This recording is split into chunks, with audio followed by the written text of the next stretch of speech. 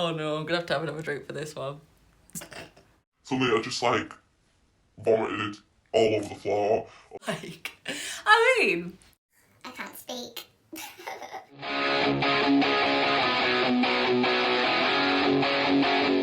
hi guys. So I'm Katie, welcome to my YouTube. This is my first ever YouTube video, so I'm a little bit nervous. For my first YouTube video, I thought it'd be fun to do a Q&A. So I put a story on my Instagram and asked for a few people to ask me questions, could be about anything. And yeah, I just thought it'd be fun to answer a few of them today, so I'm going to go ahead and start with the first questions. So the first question was, what made me want to start TikTok? So most of you who are probably watching this know that I make TikTok videos. Started making them around April, May time last year. I made my account in like March, but only started filming my TikTok videos in like May time. And the reason I started making them was I was literally just bored in lockdown. At first I was doing like just silly dances and stuff, and then I started posting more about my music taste and what I was interested in. And I think that's important with like social media and stuff, just to be yourself. Because I'm interested in what I have a passion about, what I post about, I feel like that makes more people want to watch my videos, if that makes sense. So yeah, I feel like that's a good way to start, but that wasn't really the question. But what made me start was literally because I was bored in lockdown, and I still am, so I'm still making them. Second question was, how do I grow my hair so long and keep it healthy? I mean, at the moment it's not as long as it has been like previously, and I don't think it looks particularly healthy, but I literally don't do much with my hair. Like, I get it dyed like once every 4 months, and I don't get bleach on it. I just go as blonde you can go without bleach. I don't really get it cut as much as you should. I only get it cut like once a year. I really should get it cut more often, just to get rid of all the dead ends. And I don't really straighten it because I have naturally straight hair, so I only straighten my hair like once a week at most. And at the moment I've only actually like been washing my hair once a week. I know that sounds minging, but just during lockdown and stuff, I'll try and like, so then I don't have to use a hairdryer and use heat on it as much and straighten it again. But even when I do straighten it, sometimes I literally just straighten the ends. I don't straighten my whole head, so maybe it's because I don't use a lot of heat on it. Maybe that's why it's like it is. But yeah, I don't think I've got particularly nice hair. Next question is a bit more of a music question. It's my best gig experience. So the best gig experience for me was, I've been to a lot of concerts, but my favourite concert so far was Liverpool 2017, all time low. It was just such a good show. They played like one of my favourite songs that they hardly ever play. And yeah, it was just whenever someone asks me what's your favourite gig, I just automatically think of that concert, because if I could go back there right now, I really would do. Next. Oh no, I'm gonna have another drink for this one. So the next question is, do you only want a boyfriend that listens to the same music that you do and looks like the band members that you like? I mean, in an ideal world, that would be perfect, but I'm a realist and I'm not like, I don't really, it doesn't matter really for me. Like, yeah, it would be good to have someone who had the same music taste as me so we could go to like gigs and festivals together. But I know that not everyone has my music taste, and it's a bit like, especially where I live, there's not many people at all really who have my music taste. So if I was to say I'm not going to date anyone who doesn't have my music taste, I'd be like probably single for the rest of my life. So yeah, I mean, it'd be nice, but it's not the be all and end all if someone has the same music taste as me. And on the topic of, do they have to look like the band members? I mean, I don't think I'm going to be getting anyone who looks like Andy Biersack or Remington Leaf like in bar or near me, so that's also a no, even though I would really like that. Next one's quite a good one. It says, were you ever scared to present your true self and your true style? And I spoke about this a lot recently, like on my TikTok and stuff, I find this last year I've really come out of like Michelle and gained the confidence that I've gained a lot of confidence this last year just from getting TikTok and Instagram, and just realising like, I don't care what other people think about me. I'm going to wear the clothes I want to wear.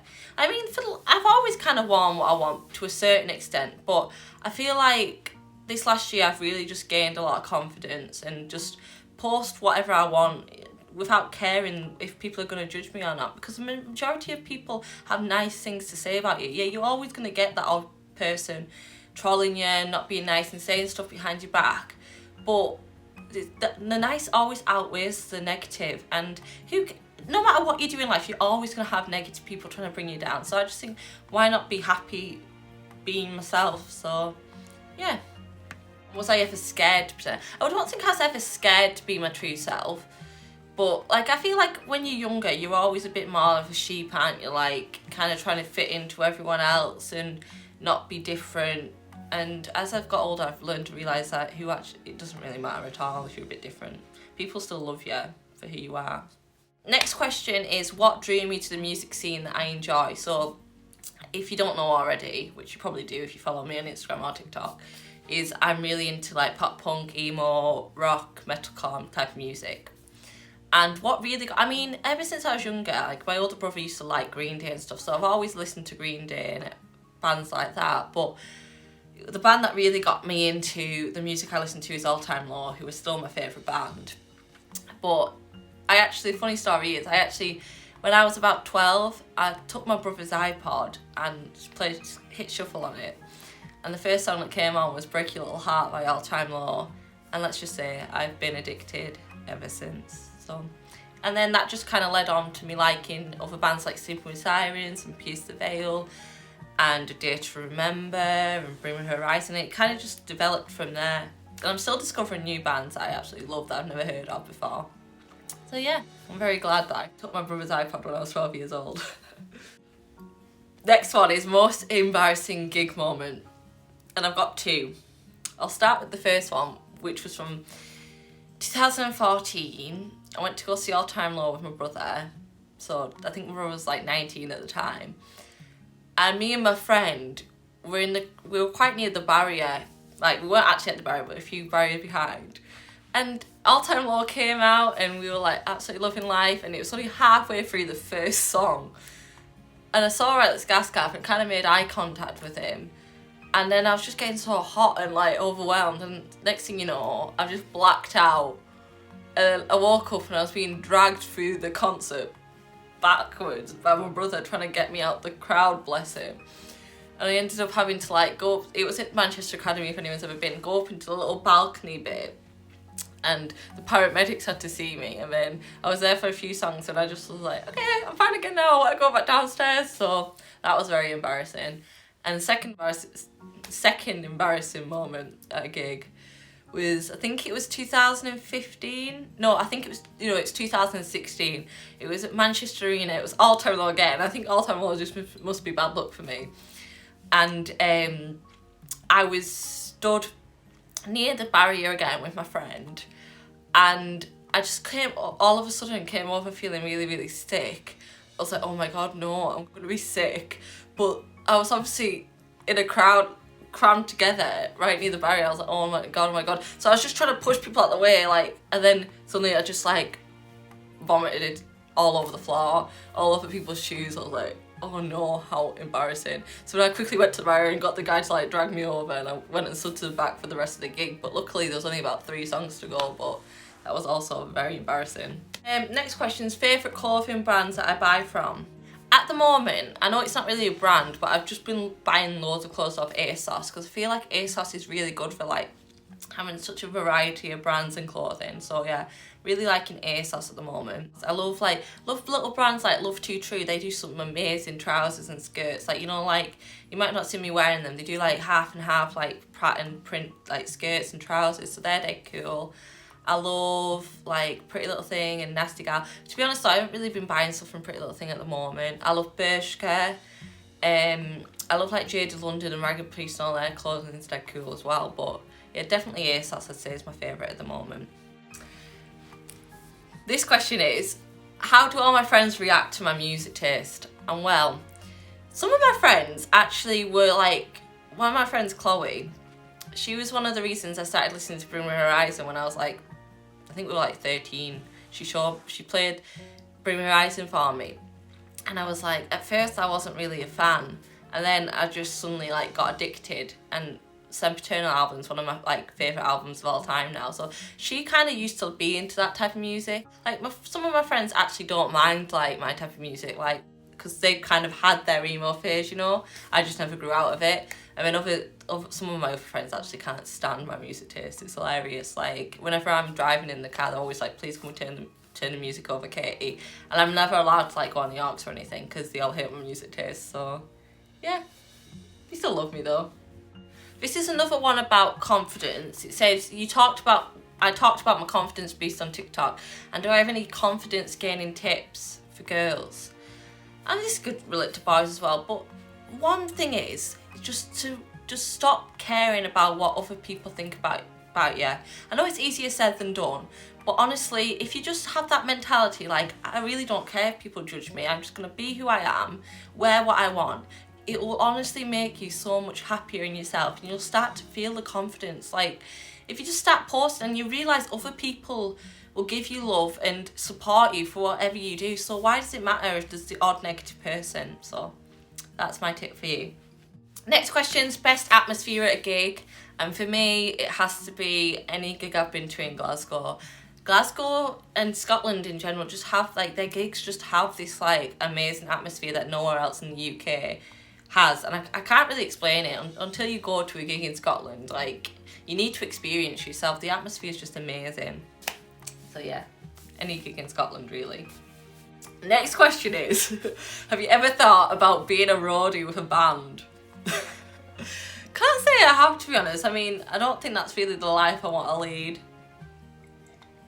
I mean, nothing wrong with being a roadie. I mean, it depends what you class as a roadie. Like, if you just class a roadie as just like following a band around onto it and going to all the gigs, then yeah, I'd definitely do that. But I know roadies can mean a different thing as well. So, I mean, I'd love to follow a band around for the whole tour, but I wouldn't really class myself as a roadie, you know what I mean? Someone has asked me to pick my top 5 songs, and I think that's going to be pretty hard for me to do, but if I had to pick, I wouldn't say that I'm a top 5. These are just like 5 of my favourite songs, so I can't just pick 5. Number 1, Break Your Little Heart by All Time Low. Number 2 is House of Wolves by Bring Me the Horizon. Number 3 would have to be Jesus to Suburbia by Green Day. Number 4 is probably Mrs. Infamous by Palais Royale. And number 5, I don't know. It might have to be another All Time Low one. It might have to be Irony and Shocking and a Lifesaver, you know. So yeah, those 5. But I mean, I love so many songs and bands, it's so hard to pick. What's my opinion on tattoos? Because most of you will know that probably, well, you might not know, but it's quite obvious. I don't have any.